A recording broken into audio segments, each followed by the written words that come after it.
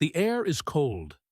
A brittle silence hangs over the Rechlin test airfield, Germany's secret heart of aviation research. It is late 1944. Snow drifts cling to the edges of concrete runways, once roaring with Messerschmitts and Focke-Wulfs. Now, the noise is gone. What remains is curiosity and fear. Under a dull gray sky, a captured aircraft sits motionless.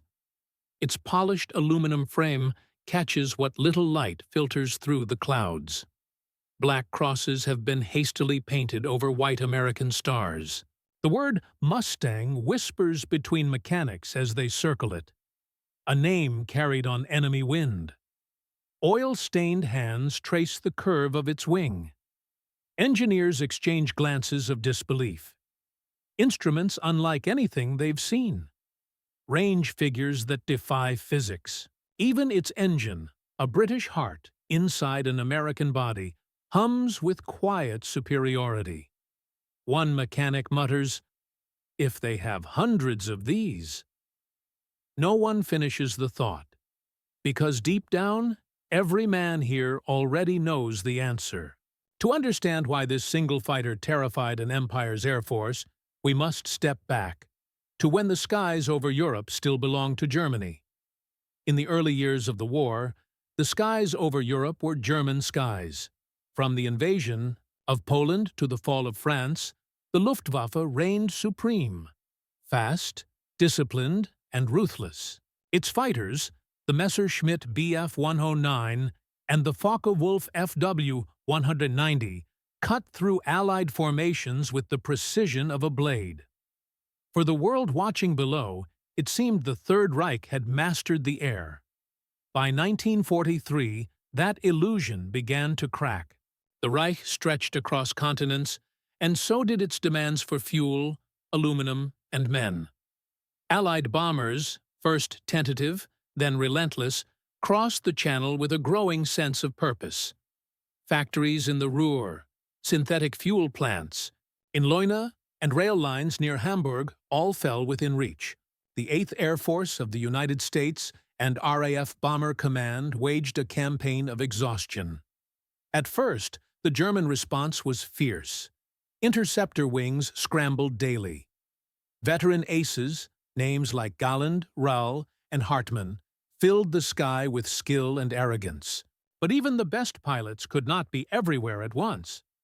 Allied bombers pressed deeper into German territory, and each raid drew the Luftwaffe thinner. Every sortie drained irreplaceable resources. Fuel deliveries dwindled under submarine attacks.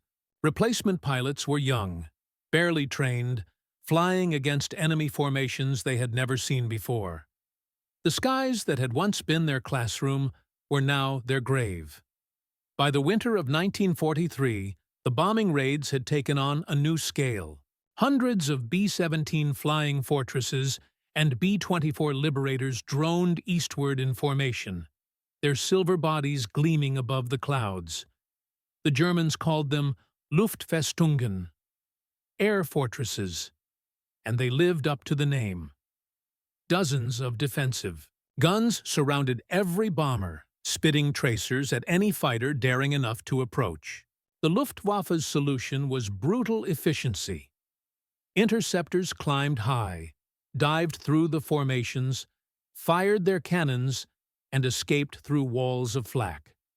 Losses were high on both sides, yet for the Allies there was a growing problem. Their bombers could reach Germany, but their escorts could not. P-47. Thunderbolts and early P-38 Lightnings were formidable fighters, but their range was limited. Somewhere beyond the Rhine, fuel gauges dropped, and commanders gave the same grim order: turn back. The bombers pressed on alone. Without escort, casualties mounted to unsustainable levels. For a time, it seemed the Luftwaffe might yet hold the line. German radar stations tracked incoming raids. Commanders at Jagdgeschwader 26 and 54 coordinated waves of interceptors from dispersed airfields. To the men on the ground, The rhythm of war was predictable. Alarm sirens, the rush of takeoff, the scream of engines overhead. But beneath that rhythm, pressure built. Allied industry was accelerating beyond imagination. America's factories turned out aircraft faster than Germany could shoot them down. British intelligence cracked codes, anticipating Luftwaffe deployments before they happened.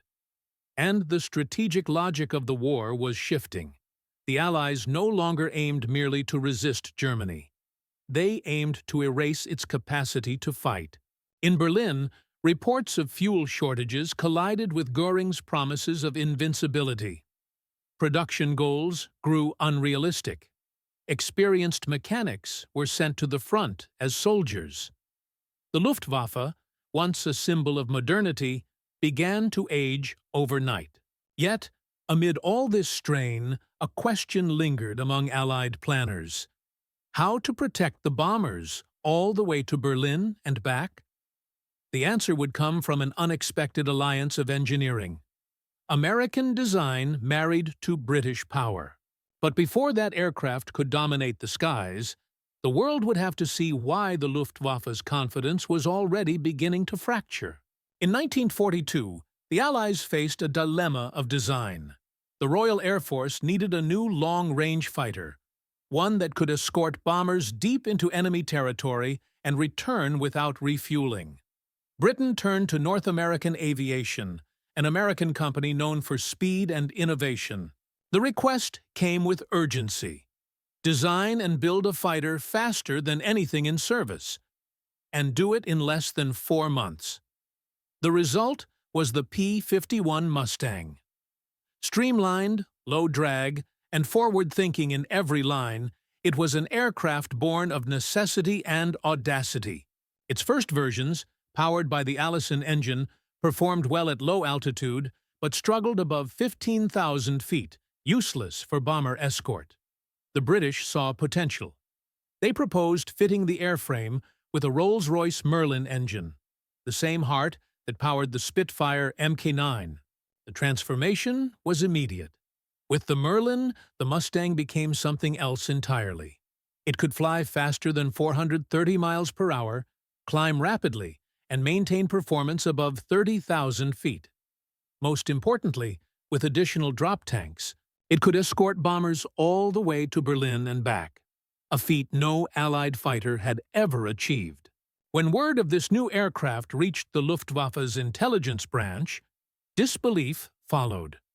Reports described a fighter that combined speed, agility, and range in one design. An impossible trifecta. Some officers dismissed it as propaganda. Others, particularly within the Rechlin Test Command, took it seriously. If true, it meant the air war's balance was about to break. By late 1943, the first P-51Bs joined the 8th Air Force. Pilots praised its stability and visibility. The Mustang didn't just fight, it hunted. Flying high above bomber formations, it could dive at tremendous speeds to intercept enemy fighters and then climb back to altitude before being engaged. German pilots who once attacked bombers with impunity now found themselves pursued deep into their own airspace. Each mission stretched the Luftwaffe thinner. The Mustang's endurance meant that even airfields once considered safe were now vulnerable. Fuel depots, transport trains, and parked aircraft became easy prey. German ground crews began painting camouflage nets over their bases, but the pattern was obvious. Wherever the bombers went, the Mustang followed. By early 1944, the psychological impact was undeniable. Luftwaffe interceptors scrambled, but their window for attack had shrunk. The familiar rhythm of striking unprotected bombers was gone. Instead, pilots now had to fight their way through a swarm of agile, determined escorts before ever reaching their targets. In the control rooms of Berlin, data flowed in.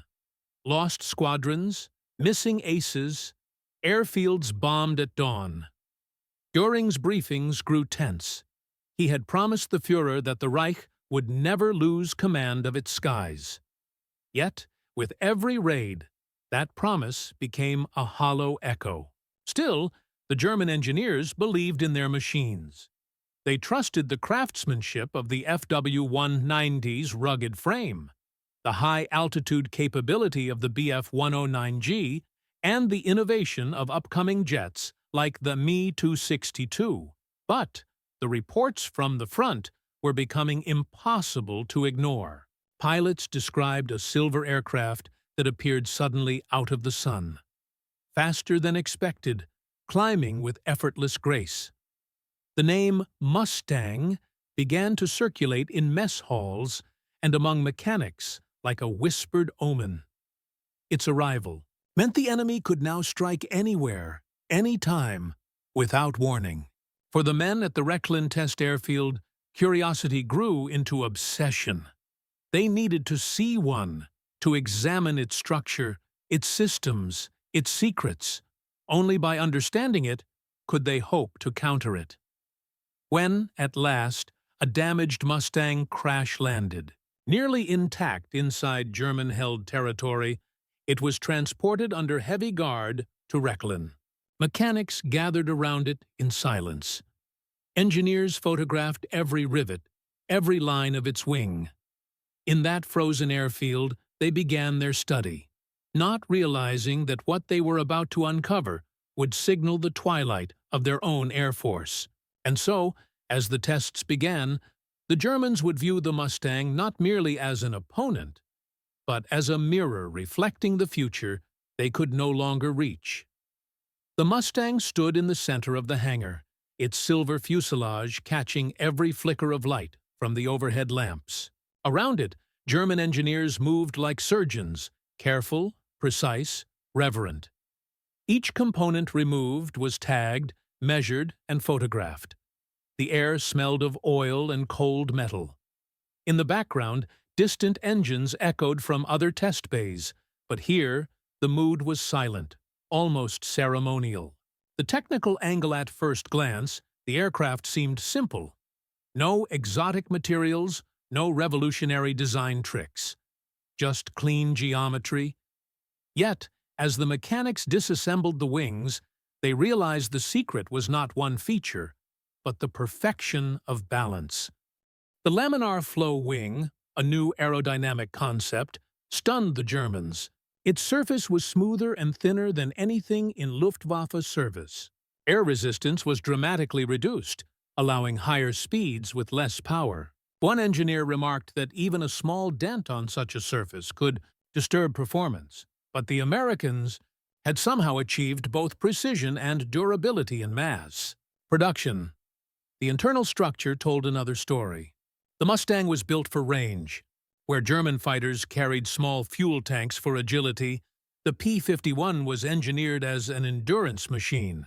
Self-sealing tanks stretched through the fuselage, connected by meticulous fuel management systems.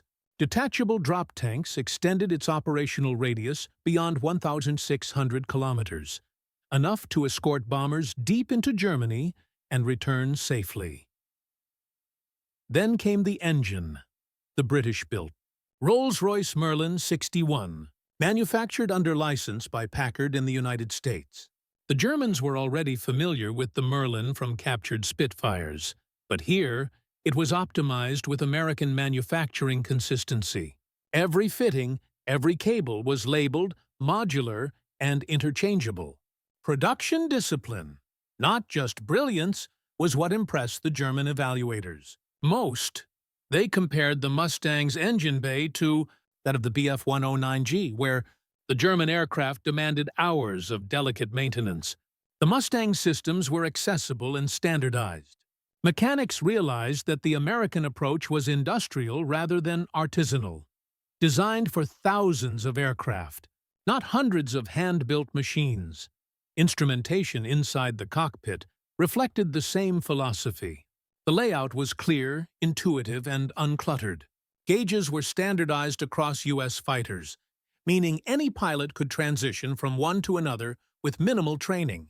German cockpits, by contrast, were crowded and inconsistent between models. The difference seemed minor, But in combat, simplicity meant survival. Even the radio set drew attention.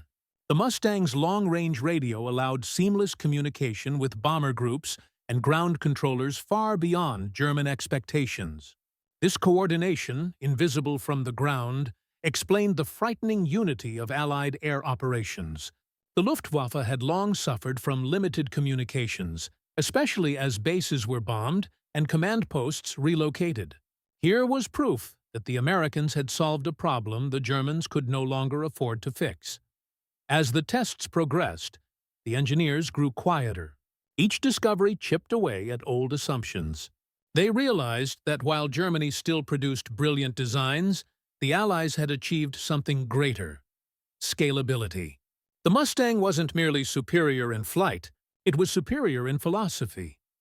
The engineering angle at Rechlin, the Mustang was pushed through every test. Climb rate, maneuverability, fuel efficiency, G tolerance. The data shocked them. At 30,000 feet, it could outpace the Bf-109G and even rival the new FW-190D. Its diving speed was unmatched, its roll rate smooth and stable. In dogfight simulations, German test pilots reported that the Mustang could sustain high-speed turns without losing control, a fatal weakness in most Luftwaffe designs at high altitude. The laminar wing and weight distribution created a precision that felt alien. Es fühlt sich lebendig an, one pilot noted in the logbook. It feels alive. But what struck them most wasn't the Mustang's speed or range. It was how forgiving it was. German fighters demanded mastery. Small mistakes were punished. The Mustang, in contrast, was stable, predictable, and easy to fly even for average pilots. That meant the Americans could field entire squadrons of competent aviators rather than rely on a shrinking elite. Inside the engineering offices, a quiet despair set in.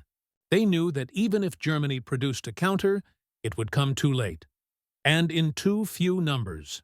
Every improvement the Reich made was a reaction. Every Mustang rolling off an American assembly line was a step ahead.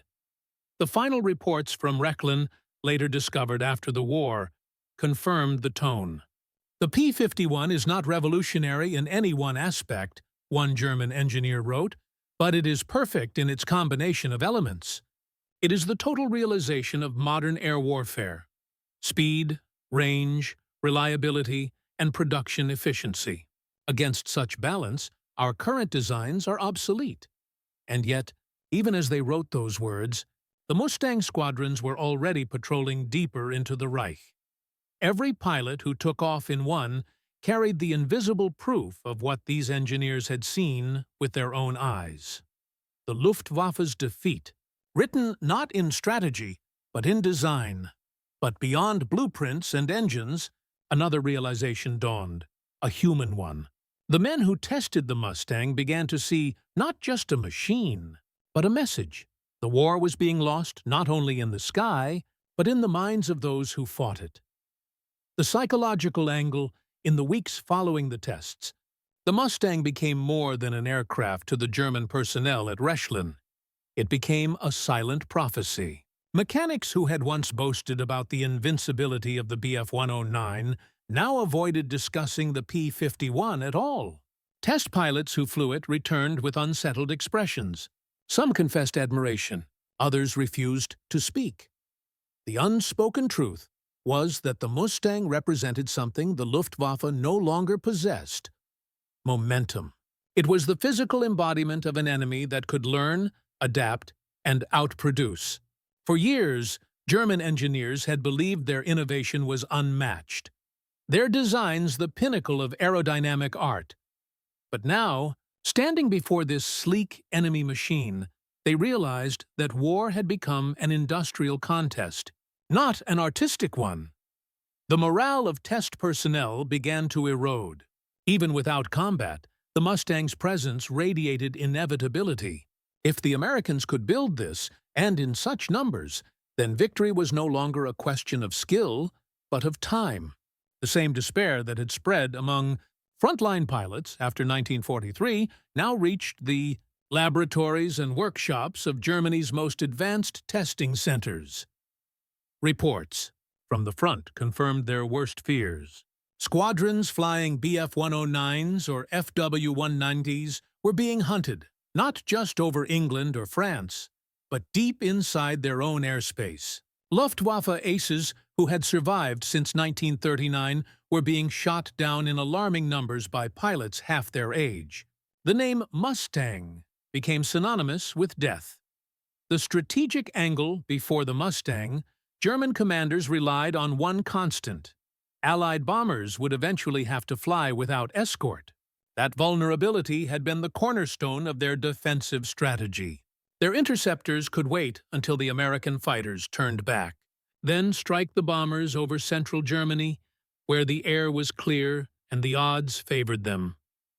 The arrival of the Mustang shattered that logic overnight. Now, the same escort fighters that left England at dawn could follow bombers all the way to Leipzig, Berlin, or Munich, and still have fuel to fight on the return leg. No airfield was beyond reach. No formation was safe. The Luftwaffe attempted to adapt. Commanders ordered interceptors to climb higher, dive faster, and attack earlier in the raid, before the Mustangs could engage. But the Americans responded by sending forward patrols of P-51s that flew ahead of the bombers, ambushing German formations before they even reached the combat zone. Within weeks, the skies of Germany became a hunting ground, and the hunters were no longer German.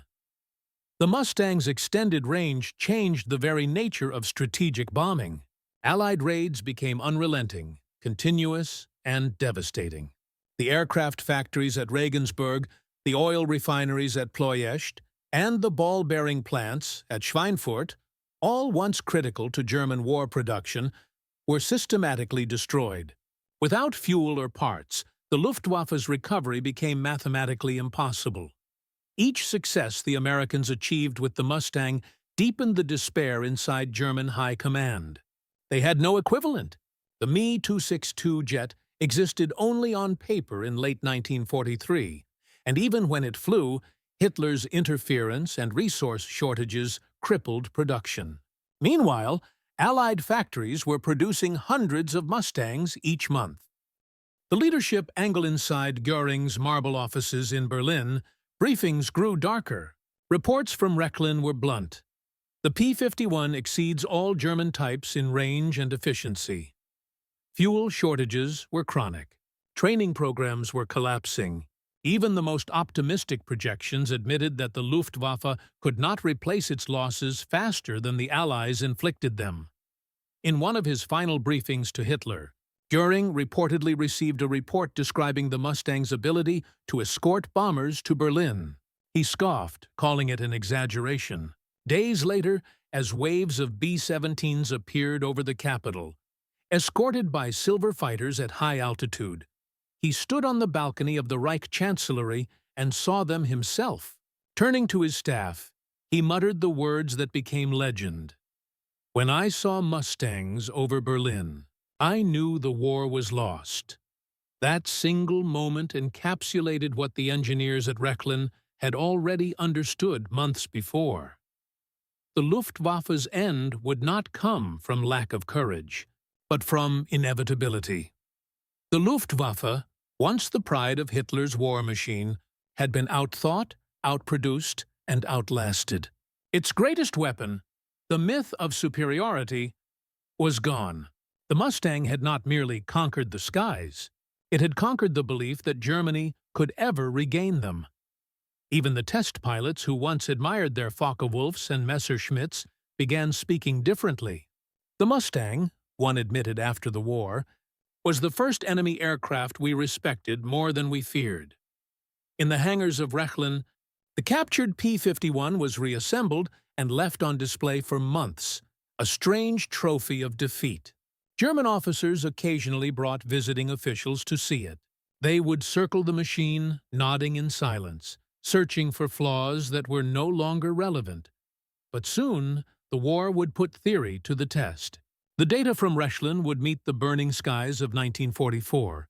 where the Mustang's dominance would no longer be a hypothesis, but a nightmare made real. By February 1944, the Reich's air war reached its breaking point. The Allies called it Operation Argument.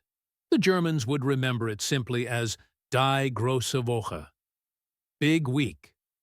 For 6 relentless days, wave after wave of Allied bombers struck deep into the German heartland. Their targets were not cities this time, but the very lungs of the Luftwaffe. Aircraft factories, assembly plants, ball-bearing works, and engine depots. The strategy was clear: destroy the means to build fighters faster than they could be lost. In previous years, the Luftwaffe would have greeted these formations with confidence. Hundreds of Bf-109s and Fw-190s would rise to meet the bombers, tear through the unescorted masses, and return victorious. But this February was different. As the first formations of B-17s crossed into Germany, something new appeared above them. Glints of silver against the thin winter sun. The P-51 Mustangs, flying in disciplined formations, they swept ahead of the bombers, not waiting to defend, but seeking the fight. Their radios crackled in perfect English-American cadence, guiding each other with precision unheard of in the Luftwaffe's fractured communications. At 25,000 feet over Leipzig, the first encounter came. German radar operators watched blips converge, expecting the usual chaos of battle. Instead, they saw whole squadrons of interceptors vanish within minutes. P-51s dove from altitude, their Merlin engines howling through the cold air. German pilots, climbing to intercept, suddenly found the enemy already behind them. In one combat report, an American pilot wrote, "We met them at altitude and stayed until none remained." The results were devastating. The Luftwaffe lost nearly 500 aircraft in that single week. More crucially, hundreds of irreplaceable veteran pilots never returned. The Mustang had done more than kill planes. It had shattered Germany's last generation of trained flyers.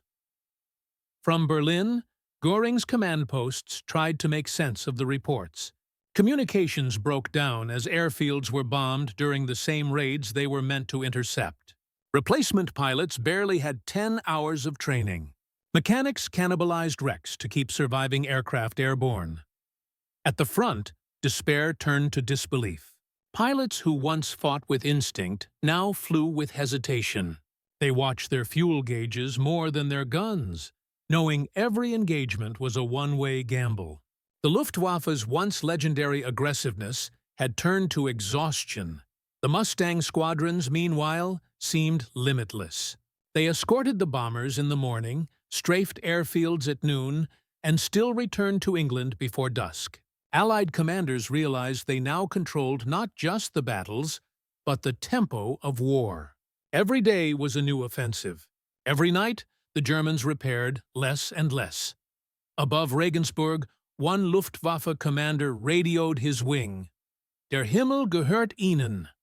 The sky belongs to them. It was not an order. It was a confession. By March 1944, Big Week had achieved what years of bombing could not: the Luftwaffe's strategic defeat.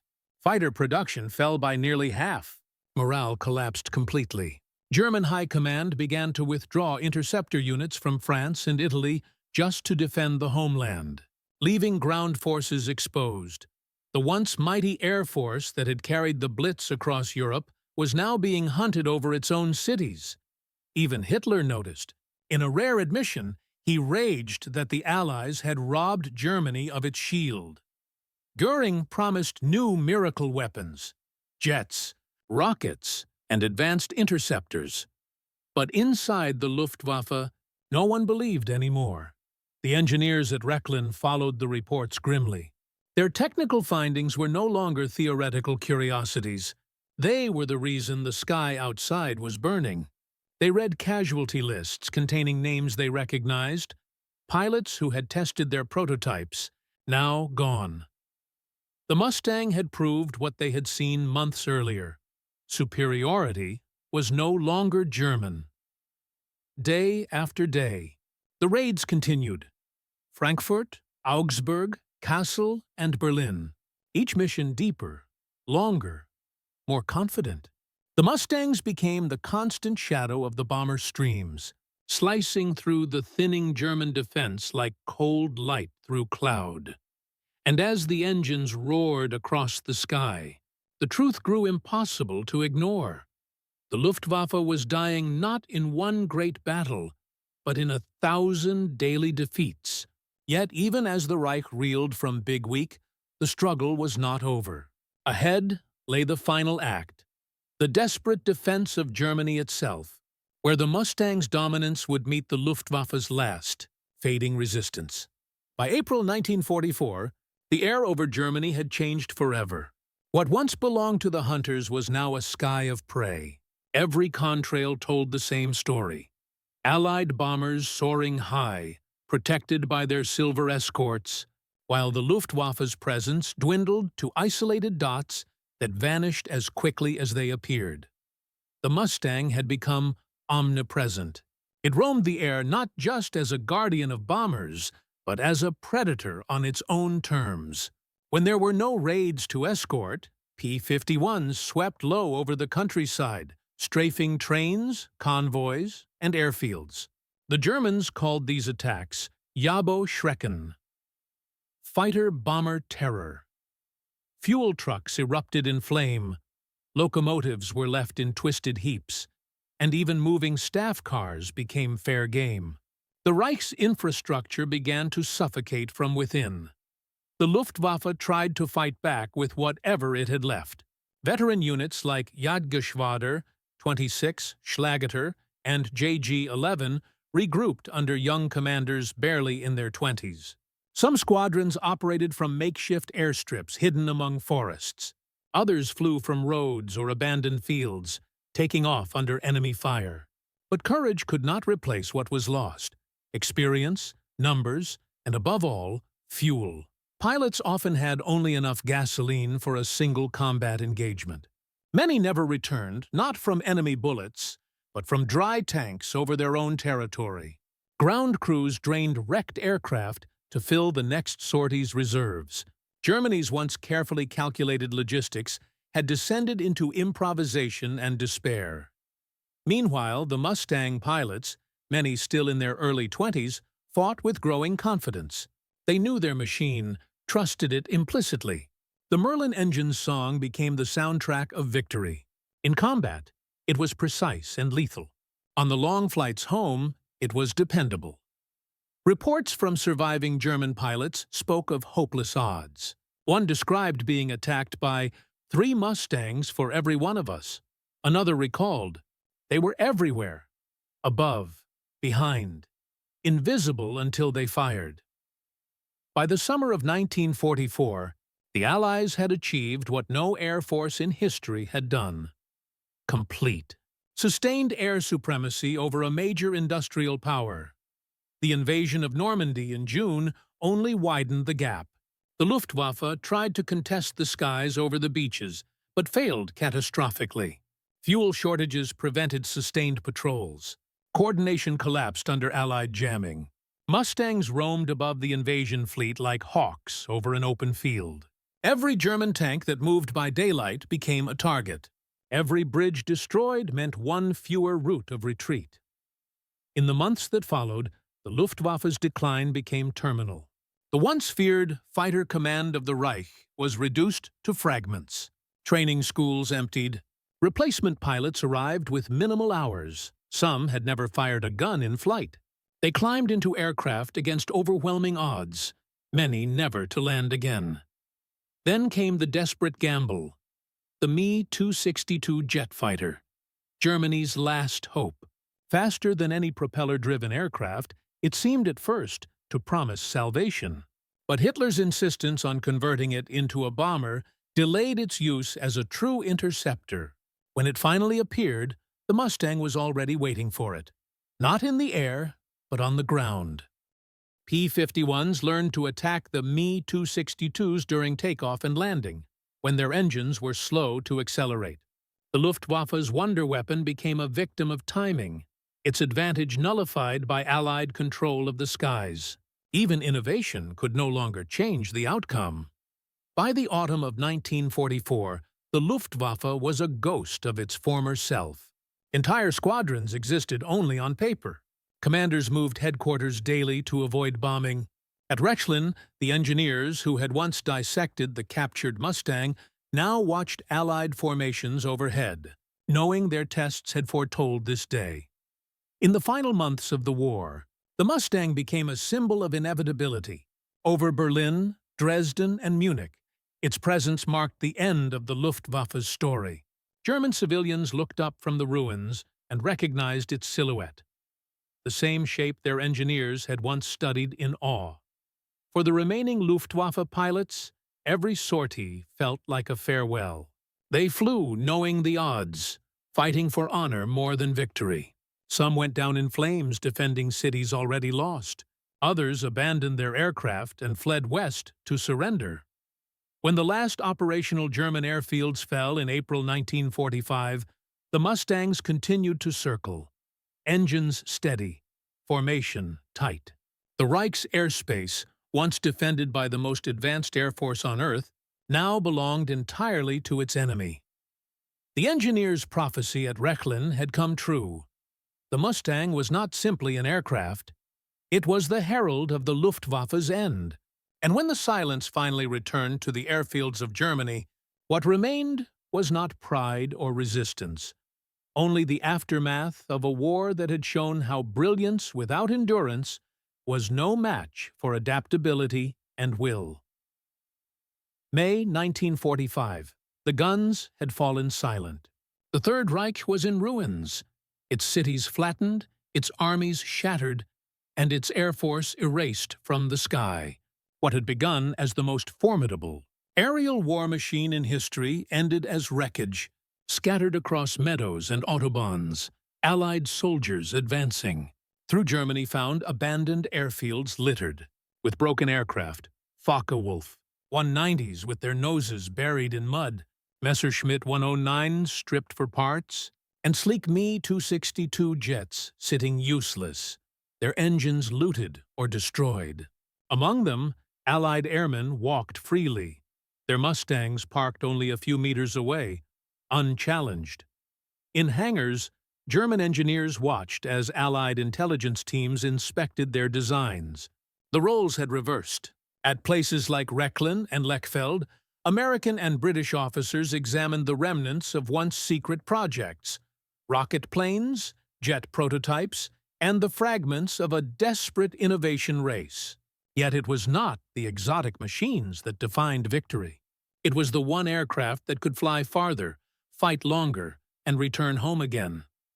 The P-51 had done what no previous fighter could: extend the reach of strategic bombing deep into enemy territory.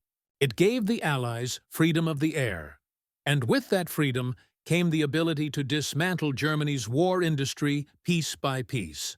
Oil plants at Politz, Leuna, and Merseburg, lifelines of the Wehrmacht, were reduced to twisted metal and blackened earth. Each bombing raid, once suicidal, became a calculated strike under the Mustang's protection. For the Luftwaffe, defeat came not in a single battle, but in the slow, methodical erosion of everything it relied upon. Its fuel, its pilots, its morale, all drained away under the weight of Allied supremacy. The Luftwaffe's own records after the war would describe 1944 as das Jahr des Untergangs, the year of collapse. Captured German officers were often asked what they feared most in the final months of the war. Many gave the same answer: the long-range American fighters. It wasn't the bombers that haunted them, it was the P-51. Fast, silent, until close, impossible to outrun. A presence that turned every sortie into a gamble with death. Even among German test pilots, the admiration was reluctant but genuine.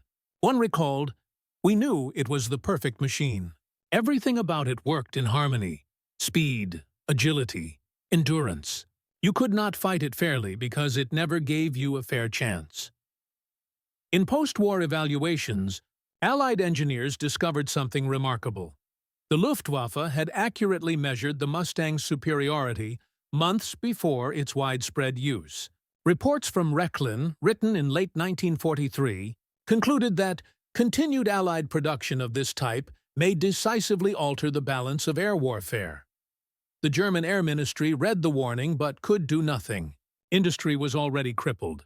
Resources had shifted toward V-weapons and defensive jets. Meanwhile, the Mustang's legacy extended beyond combat. It became a symbol of Allied cooperation, an American airframe powered by a British engine, refined through shared engineering and necessity. The Rolls-Royce Merlin, once the beating heart of the Spitfire, had found new life inside an American body, uniting two nations' ingenuity into one lethal design. By war's end, the statistics were staggering. The P-51 claimed over 4,900 enemy aircraft destroyed in air combat, more than any other Allied fighter in Europe. Entire Luftwaffe groups vanished from operational rosters in a matter of weeks. In the words of one U.S. 8th Air Force report, the Mustang did not merely escort the bombers, it conquered the sky. In those final weeks, as Allied forces swept across a defeated Germany, a few captured P-51s still sat in hangars, their black crosses fading. The very aircraft that had once humbled German pride now stood silent beside the ruins of an empire. But the war's end did not erase the questions. For the engineers who had studied the Mustang, for the pilots who had faced it, one thought lingered. How did a single fighter reshape the entire logic of aerial warfare? When the war finally ended, the airfields of Europe were silent once more.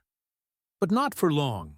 Teams of Allied scientists and pilots began a new campaign, one not fought with weapons, but with blueprints and data. Operation Lusty, short for Luftwaffe Secret Technology, scoured Germany for every scrap of aviation research. Jet engines, swept wings, radar systems, everything the Reich had built was catalogued, dismantled, and shipped west. Among the first items analyzed were the Luftwaffe's reports on the captured P-51 Mustangs. The documents, though buried under months of war, told a clear story. German engineers had not underestimated the aircraft. They had understood it too well. They recognized that the Mustang's strength was not in one feature, but in the perfect marriage of many: power, range, agility, and reliability. Where the Me-109 was fragile at high altitude, the Mustang thrived. Where the FW-190 consumed fuel rapidly, the Mustang cruised effortlessly. And where Germany built fighters for defense, America built one for endurance, a machine that could cross oceans and return. That philosophy, born in the skies over Europe, became the foundation of modern air power. In the late 1940s, as the Cold War dawned, every major air force, including the newly formed Luftwaffe of West Germany, studied what the Mustang had achieved. Long-range fighters became the standard, not the exception.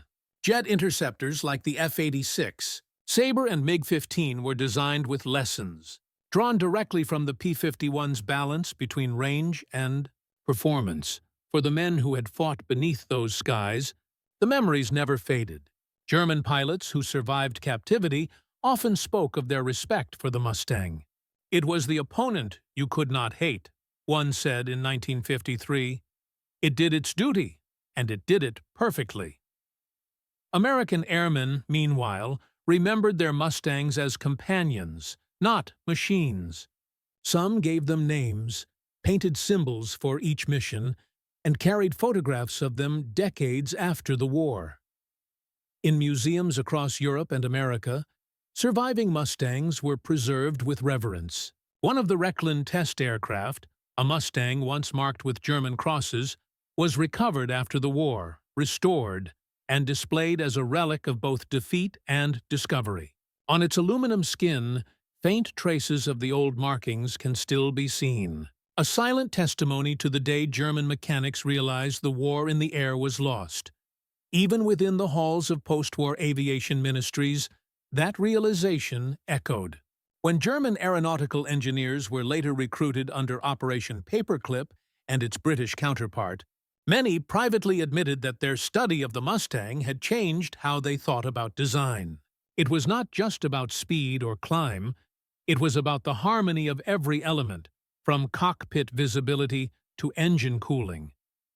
In that sense, the Mustang's victory was intellectual as much as tactical. It forced the world's greatest engineers to redefine what a fighter could be. Not a specialist weapon, but a complete system capable of winning wars through endurance and precision. By the 1950s, as the jet age took full flight, the Mustang quietly retired from frontline service. Yet its spirit lingered. In Korea, it flew again as the F-51, strafing targets in a new kind of war. Its design lineage could be traced in nearly every Western fighter that followed. And in the ruins of the old Luftwaffe airfields, Rechlin, Lechfeld, Verneuken, the past remained. Grass grew through the cracked runways where the captured Mustang had once sat, surrounded by men in disbelief. They had tested it, measured it, and finally understood what it meant. The Mustang was not invincible. It was mortal, mechanical, and imperfect. But in the brutal arithmetic of total war, it achieved what no invention of the Reich could. It endured. And in that endurance, the world glimpsed the future of air warfare, one where reach, reliability, and adaptability would always outlast fear and ideology. The war ended long ago, yet the echo of the Mustang still hums in history's air. It was more than a machine. It was a lesson, one forged in aluminum, endurance, and human adaptation. The Luftwaffe had begun the war with brilliance. Their engineers, their pilots, their tactics, all unmatched. But brilliance burns fast. The Mustang represented something slower, steadier. The power of learning, evolving, and cooperating. It wasn't born perfect. It became perfect through change. Every rivet in its frame, every mile it could fly, told a story of nations that refused to stop improving. The British Merlin gave it heart, American engineering gave it strength, and the shared experience of failure and necessity gave it purpose. It was, in the end, a triumph not of domination, but of endurance, the quality that decides wars long after courage fades. For the German mechanics who once studied it in silence, the Mustang was a glimpse of a future they would never fly. For the Allied pilots who rode its wings home over Europe, it was freedom made tangible, the sound of survival at the edge of history. Today, restored Mustangs still take to the skies at air shows, their engines growling across peaceful fields once scarred by fire. People look up, cameras raised, unaware that the aircraft above them once carried the weight of entire nations. The Mustang did not end the war alone, but it gave victory its wings.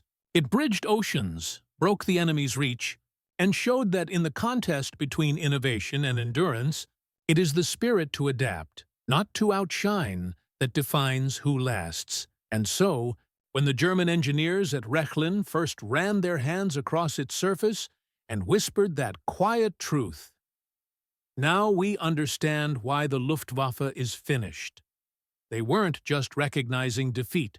They were witnessing the future of air power, the future of war, and the enduring legacy of a single fighter that changed the sky forever.